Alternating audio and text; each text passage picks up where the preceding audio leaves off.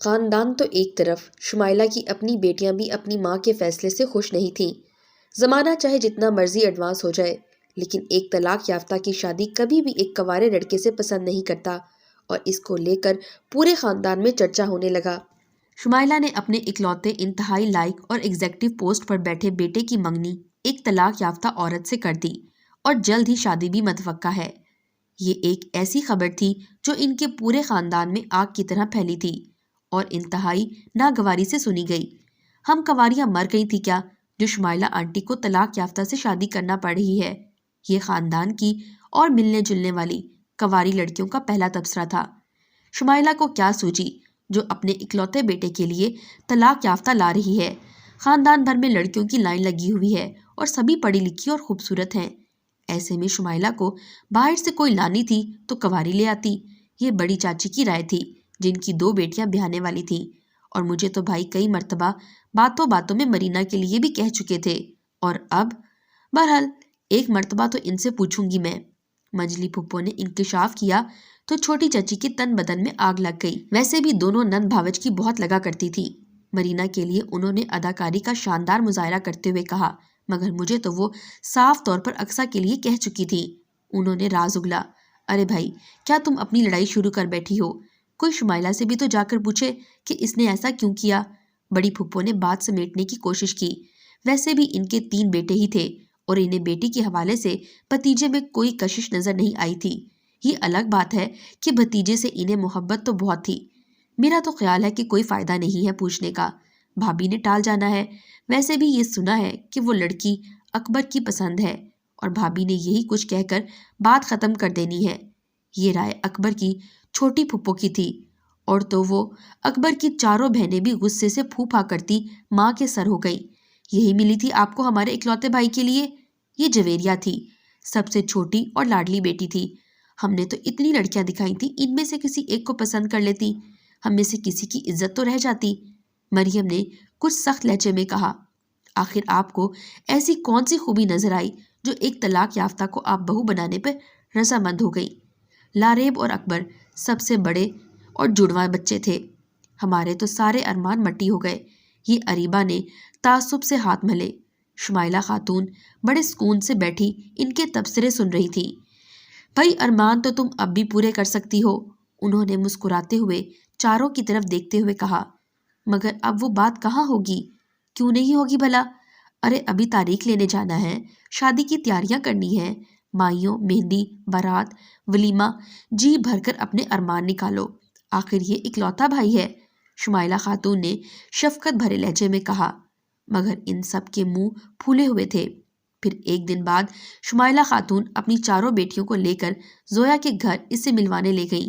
وہاں بھی انہوں نے کوئی گرم جوشی نہیں دکھائی، حالانکہ دل ہی دل میں وہ سب زویا کی خوبصورتی، معصومیت اور خوش اخلاقی سے بے حد متاثر ہوئی تھی۔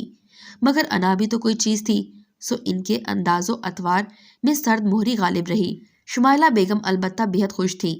زویا کے گھر والے بھی ان کے آگے پیچھے رہے، اور پھر جلد ہی شادی کی تاریخ بھی فکس ہو گئی۔ اس موقع پر زویا کے گھر والوں نے کافی بڑے پیمانے پر دعوت کا اہتمام کیا۔ شمائلہ بیگم نے اپنی 4 بیٹیوں اور دامادوں کو اور ان کے خاندان کے خاص لوگوں کو بھی لے کر گئی۔ دعوت کا انتظام بے حد شاندار تھا۔ دل میں اسے سراہنے کے باوجود 4 بہنیں لیے دیے انداز میں بیٹھی رہیں۔ دامادوں نے البتہ دل کھول کر تعریف کی۔ شمائلہ بیگم نے اس موقع پر انہیں زویا سے بھی ملوایا، اور وہ سب اس کی معصومیت اور خوبصورتی سے بے حد متاثر نظر آ رہے تھے۔ شمائلہ بری کی تیاریوں میں اپنی بیٹیوں کی خواہش کو ملحوظ خاطر رکھنا چاہ رہی تھی، اور بیٹیاں تھیں کہ پلے ہی نہیں پڑ رہی تھیں۔ جیولر کی دکان پر جانے کے لیے فون کیا تو چاروں کو اپنی مصروفیت نظر آنے لگی۔ درزی کے ہاں جانا تھا تو 1000 بہانے تیار۔ شمائلہ بیگم بیٹیوں کے رویے کو دیکھ رہی تھی۔ اگرچہ باتیں تو لوگوں نے اور رشتہ داروں نے بھی بہت بنائی تھی، مگر انہوں نے کسی کی پرواہ نہیں کی تھی۔ مگر یہ اولاد کا معاملہ تھا، رشتہ دار ملے تو ملے، نہیں ملے تو نہ صحیح، مگر ماں باپ کی جب تک زندگی ہے اولاد سے کس طرح دور ہو سکتے ہیں؟ پھر اکلوتا بھائی تھا، ان کی بیٹیوں کا میکے کا مان تھا، اس کا کوئی نہ کوئی تو حل نکالنا ہی تھا انہیں۔ اس دن صبح ہی صبح انہوں نے چاروں کو فون کر کے بلوا لیا۔ حسب سابق اس مرتبہ بھی انہوں نے اپنی جان چھڑانا چاہی، مگر شمائلہ بیگم کی سختی کی وجہ سے انہیں آنا ہی پڑا۔ سلام دعا اور حال احوال کے بعد وہ بیٹیوں کو اپنے کمرے میں لے آئیں۔ یہ میں نے کوئی شاپنگ کی ہے زویا کے لیے، تم لوگوں کو تو بلا بلا کر تھک گئی، مگر تم لوگوں نے بھی قسم کھائی ہوئی ہے کسی تیاری میں حصہ نہ لینے کی۔ انہوں نے الماری سے کچھ ڈبے نکالتے ہوئے کہا۔ چاروں نے ایک دوسرے کی طرف دیکھا۔ شرمندگی تو چاروں کی آنکھوں سے جھلک رہی تھی، مگر جواب کسی نے نہیں دیا۔ مسئلہ آخر ہے کیا؟ وہ جانتی تو سب کچھ تھی، مگر چاہتی تھی کہ وہ خود ہی کچھ بولے۔ کیا اکلوتے بھائی کی خوشی تمہیں عزیز نہیں ہے؟ ابھی تو میں نے بات سنبھالی ہوئی ہے، لیکن اکبر کو بھنک بھی پڑ گئی نا کہ تم لوگ اس کی خوشی میں خوش نہیں ہو تو وہ کیا سوچے گا؟ ایسی کوئی بات نہیں ہے امی، لاریب نے کمزور لہجے میں اپنا اور بہنوں کا دفاع کرنا چاہا۔ ایسی ویسی کوئی بات نہیں ہے تو تم کھل کر کہو، ماں نے حتمی لہجے میں کہا۔ میں آج یہ مسئلہ بھی حل ہی کر دوں گی۔ میں اکبر سے کہہ دوں گی کہ تمہاری بہنوں کو تمہاری خوشی عزیز نہیں ہے، لہٰذا کوئی ضرورت نہیں شادی کرنے کی۔ لوگ جو کچھ کہیں گے سہ لوں گی۔ ساتھ ہی انہوں نے چند آنسو ٹپکائے تو وہ سب گھبرا گئی۔ ایسی کوئی بات نہیں ہے امی، ہم سب بہت خوش ہیں۔ لاریب نے پھر بہنوں کی نمائندگی کی۔ آپ کو پتہ ہی ہے گھر اور بچوں کی مصروفیت میں وقت ہی نہیں ملتا کہ کچھ کر سکیں۔ گھر اور بچوں کی مصروفیت اپنی جگہ، مگر موقع ایسا ہوتا ہے کہ بہنیں تو گویا پاگل ہو جاتی ہیں۔ تیاری کے ہر موقع پر مشورہ دینا ضروری سمجھا جاتا ہے، اور تم لوگ ہو کہ اکلوتے بھائی کی شادی ہے۔ اور انہوں نے یہ بات ادھوری چھوڑ کر دوپٹہ آنکھوں پر رکھ لیا۔ آپ روئے نہیں امی، جویریہ ماں کے گلے لگتے ہوئے بولی۔ ہمیں تو کسی قسم کا کوئی اعتراض نہیں ہے، زویا ہم سب کو بہت اچھی لگی ہے، اس کا گھر بار بھی بہت اچھا ہے، گھر والے بھی بہت سلجھے ہوئے ہیں۔ بس وہ ایک لمحے کے لیے رک گئی۔ اس کا طلاق یافتہ ہونا ہمیں ہضم نہیں ہو پا رہا۔ بلی آخر تھیلے سے باہر آ ہی گئی۔ شمائلہ خاتون وجہ تو جانتی تھی، بس ان کے منہ سے سننا چاہتی تھی۔ تو کیا طلاق یافتہ لڑکیوں کے لیے زندگی کے دروازے بند ہو جاتے ہیں؟ نہیں، یہ بات نہیں ہے، جویریہ نے بے اختیار کہا۔ ہماری سسرالی والوں میں جس کو لڑکی کی طلاق یافتہ ہونے کا پتہ چل رہا ہے وہ باتیں بنا رہے ہیں، تو بیٹا تم لوگ چپ رہ کر انہیں باتیں بنانے کا موقع کیوں دے رہے ہو؟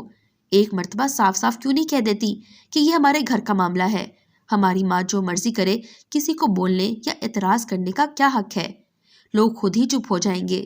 لیکن امی، اریبہ نے کچھ ہچکچاتے ہوئے کہا، آپ کسی کنواری لڑکی کو بہو نہیں بنا سکتی تھی؟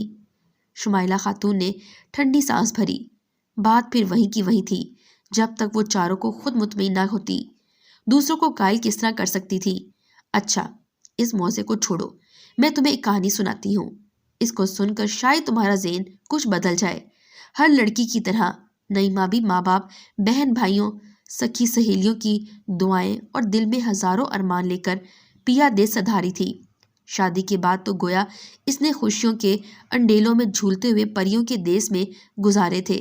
اس کے شوہر نادر دلکش شخصیت کے مالک تھے اور نہایت ہی محبت کرنے والے۔ ان کا سب سے اہم پلس پوائنٹ یہ تھا کہ وہ امریکہ میں سیٹل تھے اور وہاں پر کسی کمپنی میں اچھے عہدے پر کام کر رہے تھے۔ نعیمہ کے والدین نے ہر طرح کی چھان بین کروا ہی لی اور ہاں کی۔ نعیمہ کا تو بس چلتا تو وہ چھان بین کروائے بغیر ہی ہاں کر دیتی۔ امریکہ جانا اور وہاں سیٹل ہونا اس کا خواب تھا۔ اس خواب کی تعبیر اسے اتنی جلدی مل جائے گی اس نے سوچا بھی نہیں تھا۔ نادر 4 ماہ کی چھٹی پر پاکستان آئے ہوئے تھے۔ ان کی ماں بہنوں کا پکا ارادہ تھا کہ اس بار ان کی شادی کر کے ہی واپس بھیجیں گے۔ یوں تو ان کے آنے کی خبر پاتے ہی ماں اور تینوں بہنوں نے لڑکیاں دیکھنا شروع کر دی تھی، مگر گوہر مقصود تھا کہ ہاتھ ہی نہیں آ رہا تھا۔ بالآخر ان کی آمد کے 1 ماہ بعد ان کی نگاہیں انتخاب نعیمہ پر پڑیں۔ نعیمہ حال ہی میں BA کر کے فارغ ہوئی تھی اور اب کسی اچھے رشتے کے انتظار میں وقت گزاری کے لیے اسکول میں جاب کر رہی تھی۔ نادر کی بہنوں کو وہ بے حد پسند آئی۔ ویسے بھی نادر کی کوئی خاص ڈیمانڈ نہیں تھی۔ نعیمہ کے والدین ہچکچاہٹ کا شکار تھے، انہیں دور بیٹی کو بھیجنا وہ نہیں چاہتے تھے۔ باقی 2 بیٹیاں بھی اسی شہر میں ہی بیاہی تھیں۔ نعیمہ کے لیے بھی وہ اسی شہر میں رشتے کی متلاشی تھے، مگر مقدر کٹ لکھا ہوا تھا، کون ٹال سکتا تھا؟ سو رشتہ طے ہو گیا۔ 2 ماہ بعد نادر نے واپس چلے جانا تھا اور وہاں جا کر نعیمہ کو بلانے کا بندوبست کرنا تھا۔ حسب پروگرام نعیمہ کو وعدوں کے ہزاروں جگنو تھما کر اس کی آنکھوں میں آنسو بسا کر وہ امریکہ روانہ ہو گیا۔ نعیمہ کے سسرال والے اچھے لوگ تھے، انہوں نے نئی دلہن کی دل جوئی میں کوئی کسر نہ چھوڑی۔ اس کا جب دل چاہتا ماں باپ کے ہاں چلی جاتی، دل چاہتا تو سسرال آ جاتی، موڈ ہوتا تو کام کر لیتی، ورنہ نہیں کرتی۔ یہاں پھر اس کے کوئی روک ٹوک نہیں تھی۔ نادر کا فون آتا تو اس کی ساس سسر اور جس کسی نے بات کرنی ہوتی تو بات کر کے ریسیور نعیمہ کو تھما کر چلا جاتا۔ نعیمہ منٹوں بات کرے یا گھنٹوں کسی سے، کسی کو کوئی اعتراض نہیں ہوتا، بلکہ ساس ہر لمحہ جب بھی فون آتا ہے نادر پر زور اصرار کرتی کہ نعیمہ کو جلد از جلد بھلوا لے۔ تقریباً 1 سال کے بعد نعیمہ کی دعائیں رنگ لے آئیں اور وہ اپنے خوابوں کی سرزمین امریکہ کے شہر نیو یارک پہنچ گئی۔ ایئرپورٹ پر نادر اسے لینے آئے ہوئے تھے اور اس کا گرم جوشی سے نعیمہ کا استقبال کیا تو وہ لال سرخ ہو گئی۔ نعیمہ کو اپنے باہوں کے حصار میں لیے ایئرپورٹ سے باہر آیا۔ 2 کمروں کا اپارٹمنٹ بہت خوبصورت تھا۔ بہت فخری انداز میں اس کا جائزہ لیتے ہوئے اسے اپنے مقدر پر رشک آیا۔ لوگ سوچتے رہ جاتے ہیں اور اس نے سوچے بنا ہی سب کچھ پا لیا تھا۔ پسند آیا؟ جی بہت زیادہ۔ اس نے محبت بھری نظروں سے اپنے شوہر کو دیکھا۔ محبت کا خمار سر چڑھ کر بول رہا تھا اور پھر محبت کا یہ خمار بہت جلد اتر گیا۔ یہ امریکہ تھا جہاں قدم قدم پر ایمان کی آزمائش ہوتی ہے، زاہدوں کے زاہد لٹتے ہیں، اور پھر نادر بیگ تو بہت عام سے مرد تھے، وہ تو پہلے قدم پر ہی بہک گئے تھے۔ اب تو انہیں یہاں آئے 5 سال ہو چکے تھے اور یہاں کی زندگی میں وہ رچ بس چکے تھے۔ شادی بھی انہوں نے محض ماں باپ اور بہن بھائیوں کا دل رکھنے کے لیے کی تھی۔ سوچا یہی تھا کہ امریکہ آ کر بیوی ایک کونے میں پڑی رہے گی اور وہ حسب سابق شراب و شباب کے مزے لوٹتے رہیں گے، مگر نعیمہ مشرق کی بیوی تھی۔ اس کا دل اور ضمیر گوارا نہیں کر رہا تھا کہ شوہر کھائی میں گرتا رہے اور وہ تماشا دیکھتی رہے۔ اس نے زندگی کو اپنی قسمت جان لیا تھا، مگر قسمت ٹھیک بھی تو ہو سکتی ہے۔ یہی سوچ کر اس نے شوہر کو سدھارنے کا ارادہ کیا، مگر برسوں کے بگڑے ہوئے دنوں میں کہاں سدھرتے ہیں۔ نوبت پہلے گالی گلوچ پھر مار پیٹ تک جا پہنچی۔ ایک تھپڑ سے جو بات شروع ہوئی تھی وہ ٹھوکروں اور ٹھڈوں تک جا پہنچی، یہاں تک کہ اس کی کوکھ میں پلتے وجود کی زندگی کے لالے پڑ گئے۔ اس کی بزرگ پڑوسن لیڈی ایلزبتھ نے اس کی سسکیاں سن کر اسے ہسپتال پہنچایا، جہاں پر بچی پیدا ہوئی اور وہ خود مرتے مرتے بچی۔ 4 دن وہ ہسپتال میں رہی۔ ایلزبتھ باقاعدہ اس کی مزاج پرسی کو آتی رہی۔ اسی نے نادر کو بچی کی پیدائش کے بارے میں بتایا، مگر وہ سنگ دل اپنی موج مستی میں مگن رہا۔ 5ویں دن وہ گھر آئی تو سارا گھر بگڑا پڑا تھا۔ طبیعت خراب ہونے کے باوجود اس نے گھر کی حالت درست کی، کھانا بنایا۔ نادر جیسے بھی تھے، اس کے شوہر تھے، اس کی بچی کے باپ تھے، پھر سب سے بڑھ کر اس پردیس میں جہاں وہ کسی کو بھی نہیں جانتی تھی، وہاں اس کا واحد سہارا بھی تھے۔ وہ اس کی خبر گیری کرنے آئے یا نہیں، یہ ان کا اپنا فعل تھا۔ اس کا جو فرض تھا وہ تو اسے نبھانا ہی تھا۔ سارا دن انتظار میں گزر گیا، آدھی رات بھی گزر گئی، مگر وہ اپنے شوہر کے انتظار میں جاگتی رہتی۔ بالآخر کڑے انتظار کے بعد رات کے 2 بجے ان کی آمد ہوئی۔ وہ نشے میں تھے۔ نعیمہ کو دیکھ کر نادر کا پارا ہائی ہو گیا۔ تو پھر آ گئی؟ وہ لڑکھڑائے۔ کیسے نہ آتی؟ اس نے لپک کر شوہر کو پکڑا۔ میرا گھر ہے، آنا ہی تو تھا۔ تمہارا گھر نہیں ہے، یہ میرا گھر ہے، تم چلی جاؤ یہاں سے۔ کیسے چلی جاؤں اپنا گھر چھوڑ کر؟ میرا نہیں تو اس معصوم بچی کا ہی خیال کریں۔ اس نے بیڈ پر لیٹی چند دن کی بچی کی طرف اشارہ کیا۔ یہ بچی؟ انہوں نے پرخیال نظروں سے بچی کی طرف دیکھا۔ یہ کس کا بچہ اٹھا لائی ہو تم؟ نعیمہ کی آنکھیں پھٹنے لگیں۔ یہ کیا کہہ رہے ہیں آپ؟ یہ ہماری بیٹی ہے، آپ کی اور میری بیٹی۔ میرا کوئی بچہ نہیں ہے، انہوں نے بیڈ پر گرتے ہوئے کہا۔ لے جاؤ اسے یہاں سے۔ اور نعیمہ نے یہ جان کر کے وہ نشے میں ہے اور اس سے کوئی بات نہیں کی اور چپ چاپ بیٹی کو اٹھا کر دوسرے کمرے میں چلی گئی۔ اگلے دن نشہ اترنے کے بعد پھر ایک زوردار مارکا ہوا۔ نعیمہ اپنا حق مانگنے پر بضد تھی اور نادر ان دونوں کے وجود سے انکاری تھا۔ آخر نوبت مار پیٹ تک جا پہنچی اور بالآخر نادر نے ان دونوں کو دھکا دے کر گھر سے نکال دیا۔ نہ صرف یہ بلکہ چند دن کی معصوم وجود کو بھی کمرے سے اٹھا کر لائے اور گرتی ہوئی نعیمہ کے اوپر پھینک دیا۔ روتی بلکتی نعیمہ کو ایلزبتھ نے سنبھالا اور اپنے گھر لے آئی۔ پھر انہوں نے ہی نادر کو سمجھا بجھا کر اس بات پر آمادہ کیا کہ وہ نعیمہ کو واپس اپنے گھر لے جائے، ورنہ کمیونٹی پولیس تک بات پہنچ جائے گی۔ نعیمہ جانا تو نہیں چاہ رہی تھی، لیکن اس پردیس میں اس کا اور کون سا ٹھکانہ تھا؟ پھر والدین کا خیال کہ انہیں پتہ لگا تو وہ جیتے جی مر جائیں گے۔ اب اس نے نادر کے معاملات میں دخل اندازی چھوڑ دی۔ وہ شراب پی کر آتے، لڑکیوں کو گھر لاتے، نعیمہ لا تعلق ہی رہتی۔ گھر کی صفائی ستھرائی، کھانا پکانا یا ننھی گڑیا کو سنبھالنا، یہی اس کی ذمہ داری رہ گئی تھی، اور اس کوشش میں تھی کہ کہیں اسے جاب مل جائے تو وہ اپنا اور اپنی بچی کا ٹکٹ لے کر واپس چلی جائے۔ لیکن گڑیا ابھی بہت چھوٹی تھی، وہ اسے گڑیا ہی کہہ کر بلاتی تھی۔ اکثر بیمار رہتی تھی، اس دن بھی اسے بخار چڑھا ہوا تھا۔ پہلے تو وہ ٹھنڈے پانی کی پٹیاں رکھتی، لیکن بخار کم ہونے کا نام نہیں لے رہا تھا۔ لیڈی ڈاکٹر الزبتھ بھی ویکنڈ گزارنے اپنی بہن کے گھر گئی ہوئی تھی، ورنہ وہ نعیمہ اور گڑیا کا بے حد خیال کیا کرتی، اور نعیمہ کو نہ تو باہر کے راستوں کا کوئی علم تھا اور نہ ہی وہ کسی ہسپتال کے بارے میں جانتی تھی۔ وہ شوہر کا انتظار کر رہی تھی، شاید اس ننھی جان کو دیکھ کر اس کے دل میں محبت کا احساس پیدا ہو جائے، شاید انسانیت کے ناطے اس بچی پر ترس آ جائے۔ اسی امید پر وہ شوہر کا انتظار کرنے لگی۔ رات 3 بجے وہ لڑکھڑاتے ہوئے گھر آئے۔ نعیمہ یہ جانتے ہوئے بھی اس کی حالت میں اس سے کوئی بات نہیں وہ سنے گا، ان کے پاس اپنا دکھ رونے چلی گئی۔ وہ انسان نہیں، کوئی پتھر ہی تھا شاید۔ نہ صرف یہ کہ بچی سمیت ایک مرتبہ پھر گھر سے نکال دیا، بلکہ طلاق کے بھی 3 بول کہہ دیے۔ رات کے 4 بجے وہ گڑیا کو لے کر دیوانوں کی طرح باہر نکلی اور کسی نہ کسی طرح نزدیکی ہاسپٹل پہنچی۔ وہیں ہاسپٹل میں گڑیا کے علاج کے دوران اس کی ملاقات ڈاکٹر جمیل سے ہوئی۔ اس کڑے اور مشکل وقت میں انہوں نے نعیمہ کو بہت حوصلہ دیا۔ ایک ہم وطن کو سامنے پا کر نعیمہ رہ نہ سکی، اور اس نے اپنے اوپر بیتنے والے ہر دکھ ڈاکٹر جمیل کے آگے کھول کر رکھ دیے۔ اگرچہ بعد میں وہ جی بھر کے شرمندہ بھی ہوئی، مگر وہ کیا کرتی؟ اس کے دل کا بوجھ اتنا بڑھ چکا تھا کہ وہ رہ نہ سکی، اور ایک مہربان ہم وطن کے آگے اپنا دل کھول کر رکھ دیا۔ ڈاکٹر جمیل واقعی مہربان تھے۔ انہوں نے نہ صرف نعیمہ کا دکھ ہمدردی سے سنا، بلکہ زندگی کی کڑی مسافت طے کرنے کے لیے سنبھالا بھی دیا۔